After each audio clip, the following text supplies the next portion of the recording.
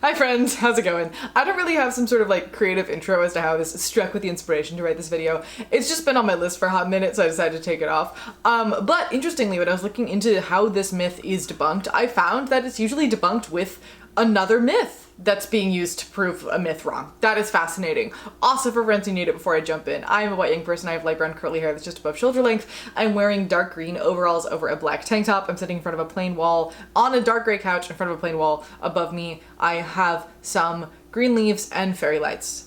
I did that from memory. Look at me go. Now, I think we've all heard the, well, your frontal lobe isn't fully developed till you're 25. Fun fact, it's often used to critique people who get married before they're 25. It's used to defend impulsive behavior in people who feel like they should be adults now. It's used in a lot of jokes around Leo DiCaprio's particular dating choices. It pops up everywhere and often. It was also on the cover of Time in 2004 titled The Teen Brain. And now, before we can talk about that fun fact and how it is objectively untrue, we do need to go back to the basics and remind ourselves, what's a frontal lobe and what does it do? Now, unfortunately, I do not have my brain hat here to help us out. It did not come with me in the move, but I will put a picture of a brain on the screen instead. So the brain has 5 different lobes in it, and each one is generally responsible for different stuff. The one that's in the front is called the frontal lobe, and it is in charge of things like planning, decision-making, judgment, emotional regulation, attention span, working memory, impulse control, learning, and recall. If you've heard of the concept of executive functioning, this bit of the brain handles those things. A very famous case that helped to teach us these things, and also how I used to remember what the frontal lobe was, is Phineas Gage. He was a railway construction worker in Vermont, and in September of 1848, there was an accidental explosion, and it shoved a tamping iron through his head. And I'm not going to show you pictures, you can Google that in your own time. And miraculously, he survived this, but a huge percentage of his frontal lobe was destroyed, and his personality changed drastically. Somebody just screaming outside? I love New York City. This is fantastic. Anyway, he became unable to handle any responsibility or listen to other people and was incredibly impatient, profane, and easily angered because the bit of his brain that regulated all of those things was damaged so significantly. Also, side note, on Halloween my first year of college, the neuroscience department had strawberry flavored brain lollipops that had the sticks poked through them at the Phineas Gage injury angle, and that's also another thing I remember every time I return to this case. Now, any source you read that talks about the myth of frontal lobe development finishing at age 25 cites 2 separate studies. The first is an October 1999 paper titled Brain Development During Childhood and Adolescence, a longitudinal MRI study. And in this study, they did repeated scans on pediatric patients ages 4 to 22 over the course of several years to analyze changes in gray matter. They found that during the teenage years, brains are trimming back neuronal connections, whereas in early childhood years, brains are building lots of new ones. And this study is the one often cited as to where we learned that brain matter growth and loss is important for brain development. Each section of the brain has a different peak growth time, but for the frontal lobe, it was around 11 or 12 years. A subsequent study from 2004 titled Dynamic Mapping of Human Cortical Development During Childhood Through Early Adulthood measured children from age 4 to 21 and created time lapses of how these brains developed and found that peak growth happens back to front, with the phylogenetically, which basically means evolutionarily, older brain areas maturing first. So like those in charge of motor and sensory skills matured first, then speech and language, and then the frontal lobe was last. Where the second alternate myth in this story appears is that most of the things debunking the development myth say that the number comes from these 2 studies, either most commonly saying that both of these studies stopped at age 25 in their participant pool, which the general public concluded to mean that's when development stops and that's why it caught on, or saying that the scientists from the data collected looked at the developmental curve and assumed the endpoint of maturation is age 25.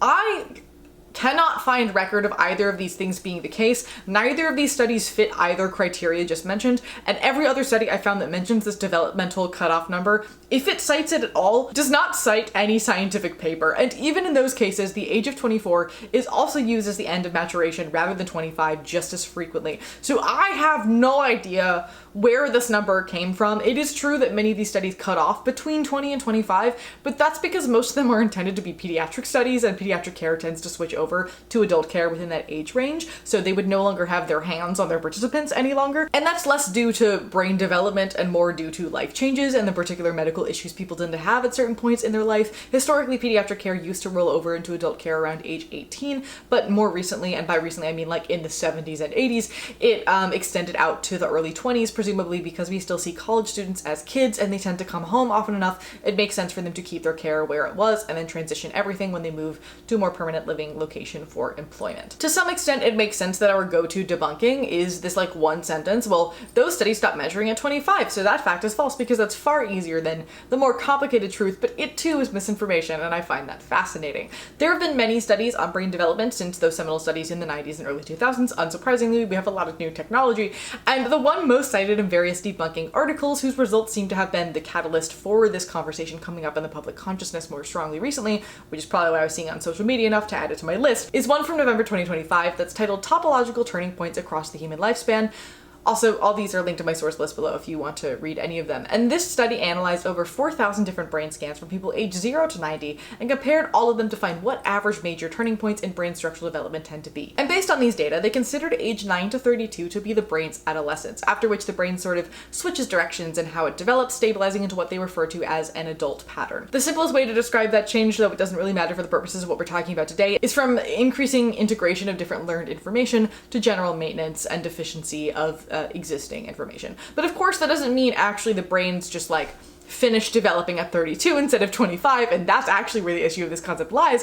First of all, because they don't claim that in any direction at all in this paper. The paper talks about how the brain changes over the span of a person's entire life. There is no cutoff point as to when it is done, just general frameworks as to when the brain switches from one kind of growth to a different kind throughout the entire lifespan. There's also some colloquial figures about the fact that the brain starts to deteriorate at a certain age as well. Those are a lot less consistent and less shared than the frontal lobe conversation, but the study also effectively debunks that claim as well. These numbers are also averages of everybody, because development is not the same across all people. Like, think about how people grow, right? There are general growth chart expectations people tend to follow, but everybody has a different thing going on. Some people experience puberty in early middle school, and some don't until like late high school. Every person has their own final growth height and time in their life when they get there, and sure, they tend to generally be in the same range, but the range is not like small by any means. And even then, there are outliers, like people with metabolic disorders who continue to grow, or other medical issues that make them stay on the tinier side. So now imagine trying to come up with an average of when everybody is done growing that applies to every single person. You can't, right? Like, there's just way too many factors.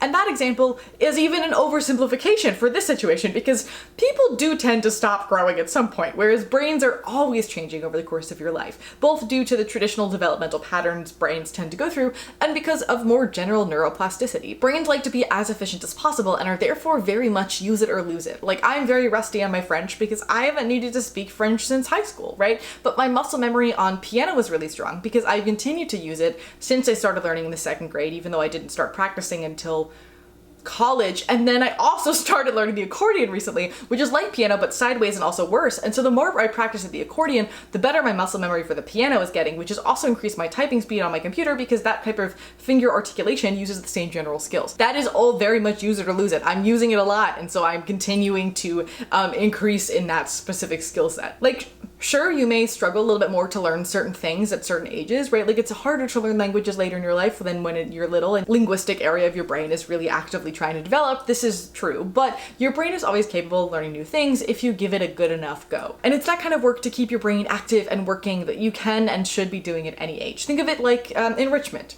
in your tiger enclosure. They don't stop enriching the tiger when it gets to a certain age. They might change it to be a little more accessible for the tiger, but they do keep its brain working right until the end because it's good for the tiger's brain, and it's good for your brain too. That was a really weird analogy, but bear with me here. In the vein of brain development being different across people, there's also the fact that not only do brains develop differently across people, but brains from the very beginning can look very different across people. There is no like standard brain. And specifically when we're talking about the frontal lobe, which is in charge of executive functioning, there is some preliminary research into what frontal lobe differences might exist in people with autism and ADHD, which are developmental disorders that impact executive functioning skills. I do often find the research like that tends to lean in the eugenics direction, so we're not going to cover it any further in this video because I don't like to talk about those things on this channel, but it is something that has appeared in this conversation for sure as well. We also need to remember that fMRI studies are notoriously prone to misinterpretation and can have a lot of interference. That does not negate any of the data that we are looking at today, of course, but it is an important factor to consider. When we look at an fMRI, we can see changes and differences and what bits are active at different points, but that can only give us so much information. And it's not uncommon for scientific papers to make some assumptions based on the data or accidentally misread something because of interference and whatnot. So that's that's also something that we want to factor in when we're looking at this kind of research. Again, that doesn't negate any of it, but it is information to keep in mind whenever we're looking at an fMRI study, especially one that has very few participants. And then all the neuroscience aside, there is an important differentiation between like brain maturity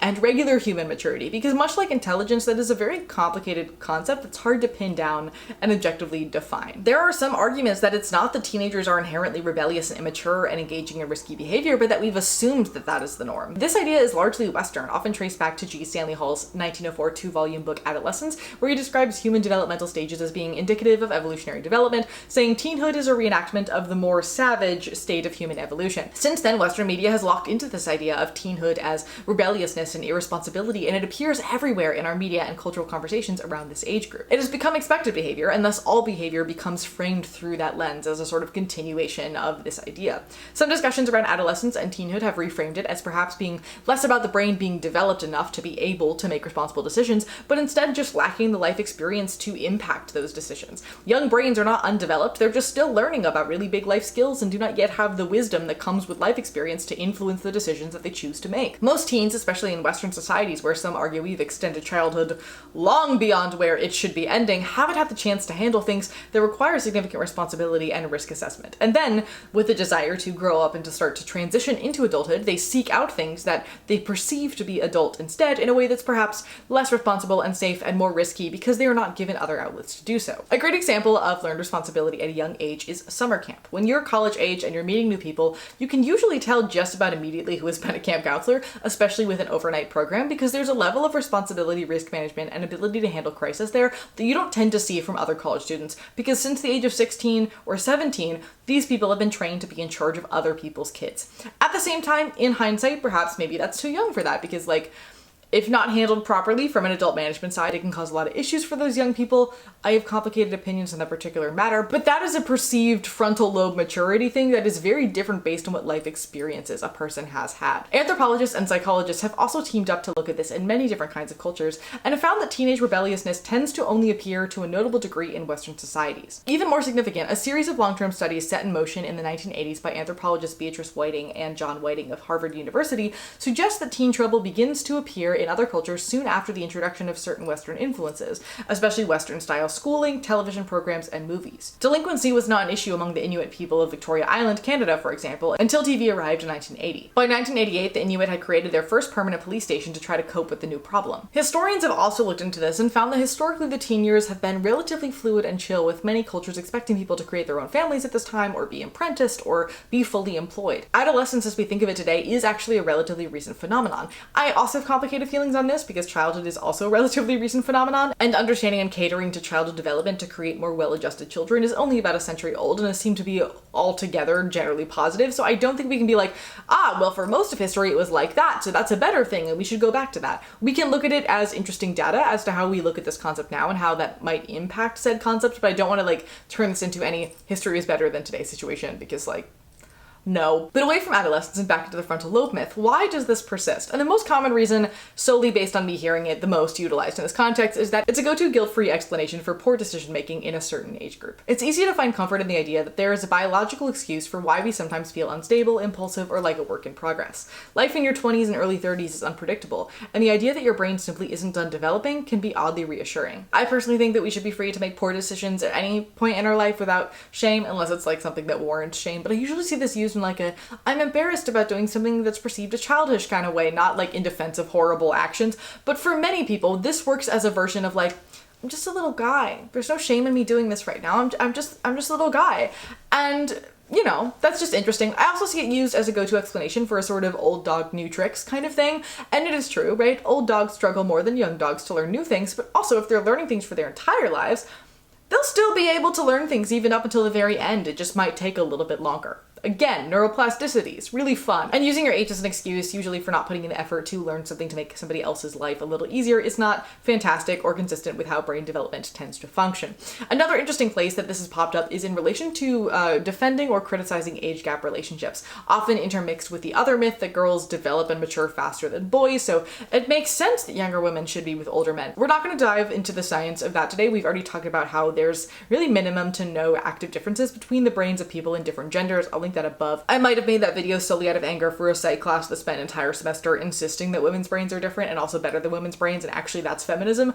Who's to say? But this very quickly devolves into this nature-nurture argument, leaning harder on the nurture side for the societal expectations of the man-child versus the girlfriend as mother situation, tied into the normalization of creepy men going after younger women. So if anybody significantly older than you makes this argument about frontal lobe development or the speed at which men and women develop and how that's different, and so therefore you make sense together, that's when you should be running. The most concerning reason this myth has persisted, however, is that this myth has found its way into legislation. It impacts criminal sentencing cutoffs in many countries, how much you pay for insurance. It has a hand in what ages people are able to do certain things. It's not the sole thing responsible for why you can't rent a car until you're 25. That is the first thing I googled. That seems to be more based on car accident statistics, but the specific number as a cutoff likely does come from this to some extent. We've also seen some anti-trans activists more recently try to use this as a central argument for making child gender affirming care illegal and only allowing it after the age of 25, arguing that anybody below the age of 25 is not able to make rational decisions, like what gender they might be and what kinds of medical procedures they might need to have. All of this has generally led to people not taking people under the age of 25 seriously and assuming that they're children who cannot make responsible decisions, which then prevents them from being put into situations where they can learn that responsibility, and then it all just becomes its own messy little cycle. Like in all of the work that I do and the people that I meet, I find much more discrimination when people find out that I'm 24 than when they find out that I'm disabled, and that has been consistent for quite a few years. Luckily, it comes up way less frequently, since one of them is my job and one of them is not, but even if it does, I rarely disclose my age unless somebody already knows a good bit about who I am and what I do, because when it comes in that order of like what I do and then how old I am, the response I get is, wow, you're doing a lot of cool stuff for your age. You're really active and doing a lot. Whereas if I do it the other way around, they treat my work like a high school research project. It's fascinating, but in conclusion, brains are plastic and flexible and always developing, and that's kind of part of what makes them incredibly cool. Also, kids can handle more responsibility than you think and should be given the space to develop that within the constraints of their developmental skill set, and you're not suddenly fully cooked when you hit your 25th birthday. Arguably, if there's any time where one could say you're fully cooked, that would be when you're dead, but that feels a little dark. That's all I got for you today. I hope that you learned something. I will see you in 2 weeks for something probably gay and disabled, because it will be Pride Month. TBD on that. I have not decided. But as always, thank you for being here. Thank you for being. Remember, critical thinking is really sexy, and I look forward to seeing you, my dear, in the next one.